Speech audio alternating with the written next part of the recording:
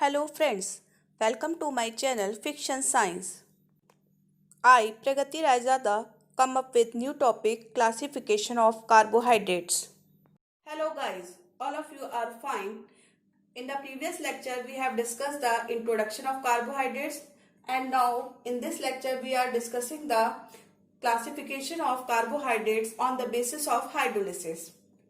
Now पहले carbohydrates के बारे में थोड़ा रिवाइज कर लेते हैं। कार्बोहाइड्रेट्स क्या होते थे? These are the polyhydroxy ketones और polyhydroxy aldehyde compounds which on hydrolysis produce the polyhydroxy ketonic और एल्डिहाइडिक कंपाउंड। यानी उसमें बहुत सारे OH ग्रुप होते थे, उसके साथ एल्डिहाइड ग्रुप की प्रेजेंस होती थी और जब आप और कीटोनिक ग्रुप की भी प्रेजेंस होती थी और जब आप उनकी हाइड्रोलिसिस करते थे तो आपको वैसे ही पॉलीहाइड्रोक्सी कीटोनिक और एल्डिहाइडिक कंपाउंड मिलते थे। तो आज हम लोग और स्ट्रक्चर ऑफ कार्बोहाइड्रेट्स में इसी लेक्चर में इंक्लूड करूंगी। तो देखते हैं कार्बोहाइड्रेट्स का classification on the basis of hydrolysis. तो पहला हमारे पास टाइप आ रहा है कौन सा? Monosaccharide. Okay, monosaccharide. Now see the definition of monosaccharides. These are the polyhydroxyaldehyde or polyhydroxy ketone which cannot be decomposed by the hydrolysis to simple carbohydrates. तो monosaccharides को आप सिंपल कार्बोहाइड्रेट में ब्रेक नहीं कर सकते हैं, यानी इनसे मोनोसेक्राइड से छोटी यूनिट्स फॉर्म नहीं हो सकती हैं। मोनोसेक्राइड्स कार्बोहाइड्रेट यानी जो कार्बोहाइड्रेट आपका पॉलीमर फॉर्म हो रहा है उसकी सबसे छोटी यूनिट है। आप मोनोसेक्राइड्स को फर्दर डिकम्पोज किसी छोटी यूनिट में नहीं कर सकते हैं। आइए अब जानते हैं और बहुत मोनोसेक्राइड्स की और बहुत सी प्रॉपर्टीज। मोनोसेक्राइड में एक खास बात ये होती है कि जो N की वैल्यू होती है वो कार्बन के लिए और वाटर के मॉलिक्यूल के लिए सेम होती है और ये प्रॉपर्टी सिर्फ मोनोसेक्राइड पे ही एप्लीकेबल है। यहाँ पे N की वैल्यू वाटर और कार्बन दोनों के लिए सेम होती है। सपोज एग्जांपल हम लोग लेते हैं N की वैल्यू 6 का। जब N की वैल्यू 6 पुट ऑन करेंगे तो हमारा फॉर्मूला क्या बनेगा? C6H12O6। ठीक है, N की वैल्यू हमने 6 ली तो N की जगह आप 6 रखेंगे, 2 इंटू 6 12 हो जाएगा एंड O की यहाँ पे आपका क्या हो जाएगा? 6। ठीक है, तो यहाँ पे हमारा क्या फॉर्मूला बना? C6H12O6। यहाँ पे N की वैल्यू हमारी क्या है? 6 है, तो यहाँ पे 6 इंटू 2 12 हो गया और O इंटू O में आप क्या मल्टीप्लाई करेंगे? 6। तो आपका क्या फॉर्मूला बन जाएगा? C6H12O6। ये फॉर्मूला किसका है? ग्लूकोज का। तो ग्लूकोज हमारा एक मोनोसेक्राइड है, ये अपनी सिंपल कार्बोहाइड्रेट पे ब्रेक नहीं हो सकता है। तो यहाँ पे मैंने यही लाइन लिखी है, it is applicable to monosaccharide not all the carbohydrate. तो ये जो कंडीशन है N की वैल्यू सेम होने वाले की कि कार्बन के लिए N की वैल्यू सेम हो और वाटर के लिए N की वैल्यू सेम हो, ये सिर्फ एप्लीकेबल है मोनोसेक्राइड्स के लिए। एल्डिहाइड और पॉलीहाइड्रोक्सी कीटोन मीन्स क्या होता है? तो ग्लूकोज के स्ट्रक्चर में आप देख सकते हैं कि ये हमारे पास OH ग्रुप है। This one is the OH group, this one is the OH group, this one, तो ये सारे हमारे OH ग्रुप है। तो पॉली मीन्स बहुत सारे OH ग्रुप और ये CHO जो लगा हुआ है ये आपका एल्डिहाइडिक ग्रुप है। This one is the aldehydic group. Fructose के स्ट्रक्चर में आप देख सकते हैं this the OH group, this is the OH group, this is the OH group, this is the OH group. ये सारे हमारे OH ग्रुप हैं और इसके साथ ये भी OH ग्रुप है और सेकेंड कार्बन पे आपका क्या लगा हुआ है? कीटोन ग्रुप लगा हुआ है। तो ये प्रीवियस लेक्चर में मैंने डेफिनेशन आपको डिस्कस की थी कि आपके कार्बोहाइड्रेट्स में क्या होता है? कार्बोनिल ग्रुप होता है, वो टर्मिनल कार्बन पे हो सकता है या फिर सेकेंड कार्बन पे हो सकता है। तो ये आप प्रीवियस लेक्चर में देख सकते हैं, पूरी डेफिनेशन मैंने डिस्कस की हुई है वहां पे। अब यहाँ पे हाइड्रोलिसिस का मीनिंग आपको बताना चाहते हैं। हाइड्रोलिसिस मतलब आप ग्लूकोज को इसकी फर्दर छोटी सब यूनिट्स में ब्रेक नहीं कर पाएंगे, यानी हाइड्रोलिसिस किसी बिगर यूनिट का अपनी छोटी यूनिट से ब्रेक होना वो हाइड्रोलिसिस होता है। और ये मोनोसेक्राइड हम ग्लूकोज को क्यों कहते हैं? क्योंकि ग्लूकोज अपनी किसी छोटी यूनिट में फर्दर ब्रेक नहीं होता है। Depending on the number of carbon, कि हमारे कार्बन कितने हैं, depending upon the number of carbon monosaccharides are of different types. तो मोनोसेक्राइड्स के टाइप्स क्या हो जाएंगे? डिफरेंट हो जाएंगे, डिपेंड करेगा नंबर ऑफ कार्बन पे। तो मोनोसेक्राइड्स में कार्बन का नंबर कहां से कहां तक वेरी करता है? 3 to 7। 3 से 7 तक के कार्बन मोनोसेक्राइड्स में हो सकते हैं। और मोनोसेक्राइड्स मैंने आपको क्या बताया था? It can not be further hydrolysed, यानी आप उनको छोटे यूनिट्स में ब्रेक नहीं कर सकते हैं। तो सबसे पहले देखते हैं, जब हमारा N की वैल्यू 3 होगी तो हमारा फॉर्मूला क्या बनेगा? C3H6O3, क्योंकि हमने आपको फॉर्मूला क्या बताया था मोनोसेक्राइड का? CnH2nOn। तो यहाँ पे आप N की वैल्यू क्या पुट कर लेंगे? 3 पुट कर लेंगे तो फॉर्मूला आपका बन जाएगा C3H6O3। तो जिन मोनोसेक्राइड का कार्बन का नंबर 3 होता है वो क्या होते हैं? Triose. These are called triose. और ट्रायोस का मैंने कॉमन एग्जाम्पल लिया है ग्लिसरॉल्डिहाइड। ये फॉर्मूला लिखा हुआ है ग्लिसरॉल्डिहाइड का। इसमें आप देख सकते हैं 3 कार्बन है, 1 2 3। हाइड्रोजन अगर आप काउंट करेंगे तो काउंट कर सकते हैं 1 2 3 2 5 और 6। और ऑक्सीजन कितना है, 1 है। अच्छा, ये दोनों फॉर्म अगर आप कंपेयर करेंगे तो इनमें कोई अंतर नहीं, ये भी C3H6O3 और ये भी आपका C3H6O3 है। लेकिन आप यहाँ पे डिफरेंस देखेंगे, ये जो लास्ट वाला कार्बन है CH2OH, इससे जस्ट ऊपर वाला एडजेसेंट कार्बन, इसमें जो OH ग्रुप है वो राइट साइड पे प्रेजेंट है। और ये जो फॉर्म ग्लिसरॉल्डिहाइड की, इसमें जो CH2OH कार्बन है, इससे जस्ट एडजेसेंट वाला ऊपर कार्बन है, इसमें OH ग्रुप आपका लेफ्ट हैंड साइड पे प्रेजेंट है। तो अगर आपको ये दिखाई दे, इसको हम बोलते हैं एसिमेट्रिक कार्बन। एसिमेट्रिक कार्बन अभी आप बस समझ लीजिए, एसिमेट्रिक कार्बन वो होता है जिसकी वैलेंसी डिफरेंट ग्रुप से सेटिस्फाई होती है। कार्बन की 4 वैलेंसी होती है, यहाँ पे आप देख सकते हैं एक वैलेंसी हाइड्रोजन से सेटिस्फाई हो रही है, दूसरी OH से हो रही है। ये यहाँ पे आपको पूरा क्या लगा हुआ है, कार्बोनिल ग्रुप, और यहाँ पे CH2OH। तो इसमें जितनी भी वैलेंसी सेटिस्फाई हो रही है वो डिफरेंट ग्रुप से सेटिस्फाई हो रही है।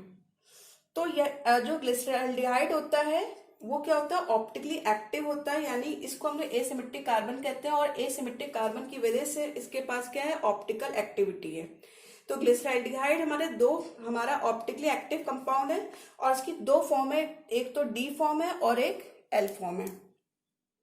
ठीक है, D फॉर्म जो होती है उसमें क्या है, आपका OH group right hand side पे होता है, और जो L फॉर्म होती है उसमें OH group left hand side पे होता है। ठीक है, ये हमारा ऑप्टिकली एक्टिव कंपाउंड है क्योंकि इसके पास एसिमेट्रिक कार्बन है।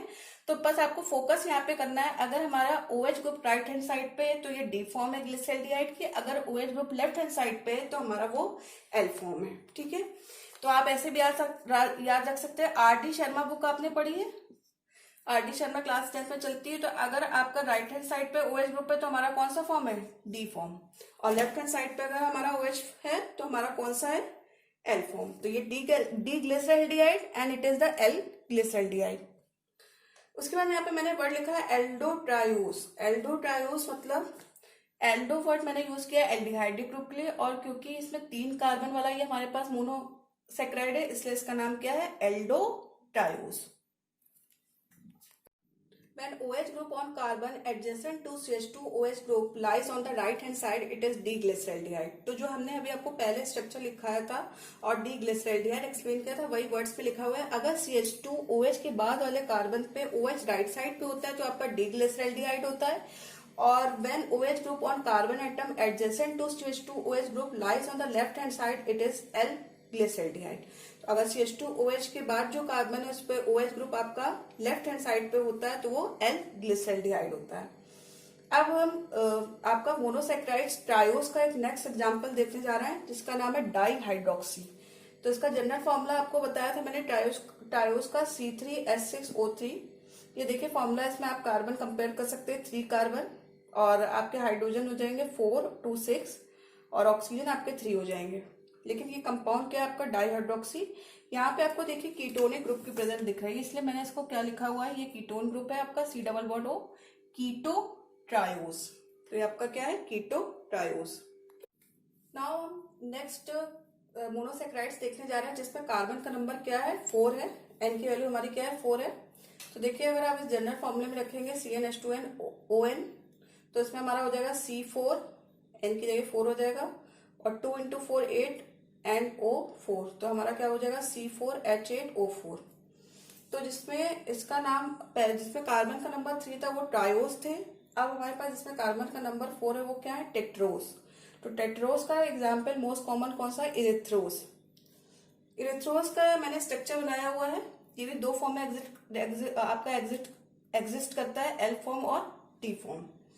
तो L फॉर्म में आपका क्या है, जैसे कि आपका CH2OH ग्रुप है और इसमें OH ग्रुप इसके एडजेसेंट वाले कार्बन के बगल में जो आपका क्या है, OH ग्रुप किसमें है आपका, लेफ्ट हैंड साइड पे। तो यहाँ पे आपका OH group left hand side पे, तो ये कौन सी, L फॉर्म ऑफ इरिथ्रोस है। और ये आपका CH2OH वाला कार्बन है और इसके एडजेसेंट वाले कार्बन पे OH group right hand side पे है, तो आपका ये D फॉर्म ऑफ इरिथ्रोस है। तो आप पहचान सकते हैं, जैसा कि ग्लिसरॉल्डिहाइड में भी आपको मैंने बताया था, अगर आपका OH group right hand side पे होता है तो वो D फॉर्म होती है, और अगर आपका OH group left hand side पे होता है तो आपका एल फॉर्म होती है। यहाँ पे आप एक बार अपना कार्बन और हाइड्रोजन और ऑक्सीजन का नंबर चेक कर लीजिए। 1 2 3 एंड 4 ऑक्सीजन, हाइड्रोजन आर 8 1 2 3 4 4 1 2 3 4 5 2 7 और 1 8 आपके हाइड्रोजन हो गए और ऑक्सीजन का नंबर आपने काउंट कर ही लिए हैं। कार्बन का नंबर 1 2 3 एंड 4। तो ये आपका स्ट्रक्चर किसका बना हुआ है? C4H8 4 का। टाइप ऑफ मोनोसेक्राइड हम देखेंगे जिसमें N की वैल्यू 5 है। अगर आप इस फॉर्मूले में पुट करेंगे तो आपका क्या आएगा? C5 5 to the 10 H10 और O5। तो हमारा पेंटोज इसको बोलते हैं, जिसमें आपका ऐसा मोनोसेक्राइड जिसमें 5 कार्बन उसको हम लोग बोलते हैं पेंटोज। एक बार रिवाइज करते हैं। ऐसा मोनोसेक्राइड जिसमें 3 कार्बन होता है वो ट्रायोज, जिसमें 4 कार्बन होते हैं वो टेट्रोस, और जिसमें 5 कार्बन होता है वो क्या होता है? पेंटोज। तो पेंटोज के 2 कॉमन एग्जाम्पल हमारे पास है, राइबोज एंड डीऑक्सीराइबोज। तो अब देखिए यहाँ पे मैंने डाइबोज और डीऑक्सीराइबोज के स्ट्रक्चर बनाए हुए हैं। ये जो आपको कॉर्नर पॉइंट्स है इनको कार्बन से रिप्रेजेंट, ये आपके कार्बन बने हुए हैं, ठीक है। ये भी आपका कार्बन है, ये कार्बन, आप इसको कार्बन, ये कार्बन, और ये कॉर्नर्स को आप क्या समझेंगे? कार्बन। तो इसमें 5 कार्बन आप काउंट कर सकते हैं, मैंने नंबरिंग में की है 1 2 3 4 एंड 5 कार्बन है। हाइड्रोजन आप कार्बन की वैलेंसी से चेक कर सकते हैं, आपके 10 हाइड्रोजन होंगे और ऑक्सीजन आपके कितने होंगे? 5 होंगे, ठीक है। तो आप जैसे काउंट कर सकते हैं 1 2 3 4 एंड 5। क्लियर? तो ये आपका क्या हो गया? राइबोज हो गया। तो राइबोज में आपके क्या OH ग्रुप की प्रेजेंस होती है? कौन कौन सा कार्बन पे? मैंने कार्बन के नंबर में मेंशन किया है 1 2 3 एंड 5। तो 1 2 3 5 पे आपको क्या दिखाई दे रहे हैं? 4 OH ग्रुप की प्रेजेंस दिख रहा है। अच्छा, डीऑक्सीराइबोज में एक बस जरा सा डिफरेंस होता है। सेकेंड जो कार्बन है, ये सेकेंड कार्बन, इसमें OH ना होके यहाँ पे क्या होता है? H होता है। तो सेकेंड कार्बन पे आपका क्या है? OH की जगह क्या है? आपका H है। तो यहाँ पे आपको वर्ड दिखाई दे रहा है रिड्यूस्ड। तो यहां से अगर आप ऑक्सीजन हटाएंगे अगर राइबोज से, तो आपका क्या बन जाएगा? डीऑक्सीराइबोज। और removal of oxygen, removal of oxygen क्या होता है आपका? Removal of oxygen is reduction. Removal of oxygen is reduction. तो आपका राइबोज की जो रिड्यूस फॉर्म है वो क्या होती है? डीऑक्सीराइबोज।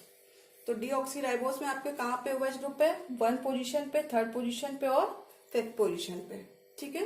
तो ये बात आप याद रखेंगे कि deoxyribose is the reduce form of ribose.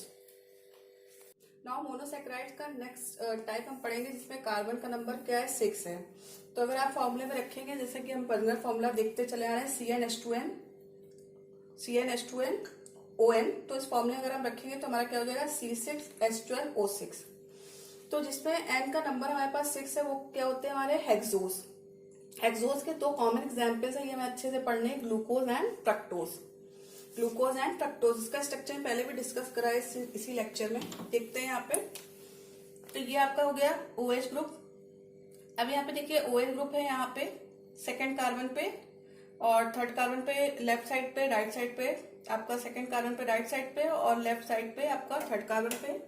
तो अगर आपको D एंड L फॉर्म देखनी है तो मैंने आपको कैसे बताया थी, लास्ट कार्बन आप CH2OH कार्बन को देखेंगे और उससे एडजेसेंट कार्बन पे OH ग्रुप की प्रेजेंस को देखेंगे। अगर OH ग्रुप आपका राइट हैंड साइड पे होगा तो वो D फॉर्म होगी, और अगर OH ग्रुप आपका लेफ्ट हैंड साइड पे होता है तो वो L फॉर्म होती है। तो यहाँ पे आप देखिए CH2OH आ रहा है और आपका ये आपका एडजेस्टेंट कार्बन है, इसमें OH ग्रुप आपका कहाँ पे आ रहा है? राइट हैंड साइड पे। तभी मैंने क्या लिखा हुआ है? D glucose. उसके बाद स्लैश करके मैंने एल्डोहेक्सोज लिखा हुआ है। एल्डोहेक्सोज इसलिए लिखा है क्योंकि यहाँ पे एल्डिहाइड ग्रुप है, और यहाँ पे क्योंकि मोनोसेक्राइड की वो फॉर्म है जिसमें हमें कार्बन का नंबर 6 है, इसलिए इसका नाम क्या है? एल्डोहेक्सोज। अब इस स्ट्रक्चर पे आते हैं।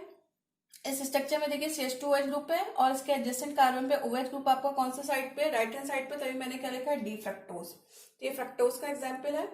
कीटोहेक्सोज इसलिए हमने लिखा है क्योंकि यहाँ पे आपका कीटोनिक ग्रुप है, और यहाँ पे हेक्सोस है क्योंकि आपका यहाँ पे कार्बन यहाँ पे 6 है, इसलिए इसका नाम क्या है? आपका कीटोहेक्सोस। तो ग्लूकोज में जरा देखते हैं कौन कौन से कार्बन पे हमारा OH ग्रुप प्रेजेंट है और कौन सी साइड पे। तो सेकेंड कार्बन पे आपका OH ग्रुप कौन सी साइड पे? राइट हैंड साइड पे। सेकेंड सेकेंड कार्बन पे, फोर्थ कार्बन पे और फिफ्थ कार्बन पे OH ग्रुप की प्रेजेंस राइट साइड पे है। तो ये बात आप आसानी से याद रखेंगे तो आप इसका स्ट्रक्चर इजीली ड्रॉ कर सकते हैं। फ्रक्टोज में देख लेते हैं। फ्रक्टोज में आपका क्या है, फोर्थ और फिफ्थ कार्बन पे आपका OH ग्रुप जैसा कि ग्लूकोज में, बिल्कुल फ्रक्टोज में भी वैसा ही अरेंजमेंट है, राइट साइड पे है। और आपका थर्ड कार्बन पे जैसा इसमें OH ग्रुप लेफ्ट साइड पे है, ग्लूकोज में भी आपका लेफ्ट साइड पे है, फ्रक्टोज में भी लेफ्ट साइड पे है। तो ये अरेंजमेंट आपका ग्लूकोज फ्रक्टोज में सेम है। यहाँ पे डिफरेंस आ रहा है, यहाँ पे आपका कीटोनिक ग्रुप होता है और यहाँ पे आपका एल्डिहाइडेड ग्रुप होता है, वो टर्मिनल पे, यहाँ पे आपका क्या है, सेकंड कार्बन पे। तो स्ट्रक्चर आप इजीली याद कर सकते हैं। 2 4 5 पे आपका OH ग्रुप क्या होगा, राइट साइड पे होगा। इसमें आपका 2 4 और 5 पे आपका है राइट हैंड साइड पे, और थर्ड पे आपका लेफ्ट हैंड साइड पे होता है, और मिडिल सेकंड कार्बन पे आपका कीटोनिक ग्रुप होता है। Thanks for watching. If you like the video, please like, share and subscribe. Stay tuned, stay healthy.